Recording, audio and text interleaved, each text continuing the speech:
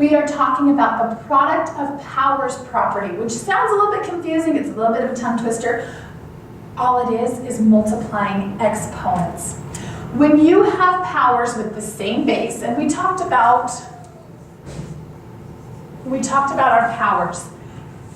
This one is your base, and this one is your exponent, and together they create your power. So when you have powers of the same base and you're multiplying them, you need to add their exponents. For example, if I've got 4 squared times 4 to the third, that is going to equal 4 to the 2 plus 3, which is 4 to the 5th. And we can actually check this. I have got 4 squared, that is 16. I've got 4 to the third, that is 64. Yes, 64. And when I multiply those, I get 1,024. Here I've got 4 to the 5th. So let's say 4 times 4 times 4 times 4 times 4 equals 1,024. So you can check these if you're not sure if it's right. But when you have powers with the same base, you need to add their exponents. If you are taking a power to a power, which looks like this, you need to multiply those exponents. So this is actually 4 to the 6 times 3, which is 4 to the 18. And if you have this, which is the power of a product, you are actually distributing that power to both of those terms. So you have got 3 to the 5th times 2 to the 5th. And you can't combine those anymore because they are not like terms unless you're simplifying them further. All right, let's try a few of these.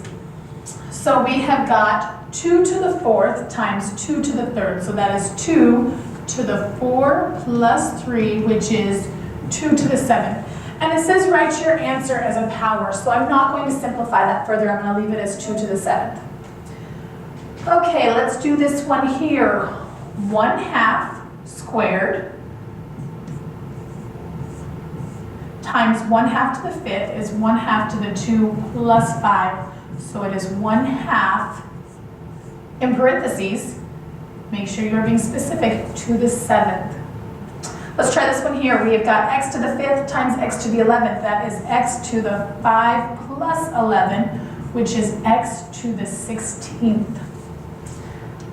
All right, these are powers to powers. So we've got 3 to the 4th to the 3rd. So this is 3 to the 4 times 3, which is 3 to the 12th. This one is w to the 5th to the 4th. So this is w to the 5th times 4, which is w to the 20th. All right.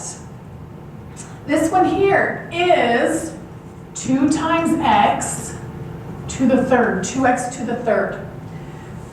That means we have 2 to the 3rd times x to the 3rd. And this one here is 3 times x times y squared. So we have to distribute this to every single term there. So this is 3 squared times x squared times y squared. You could actually write this out to be 2 times 2 times 2 is 8. You could write this as 8 to the x cubed. And you could write this one here as 9 times x squared times y squared. All right, let's see here. I want you to try these two at home. If you can't read them, you should be able to, but if you can't, this is 5 to the 3rd times 5 to the 4th, and this is negative 3x to the 3rd. So try those at home, and we will talk about them in class tomorrow.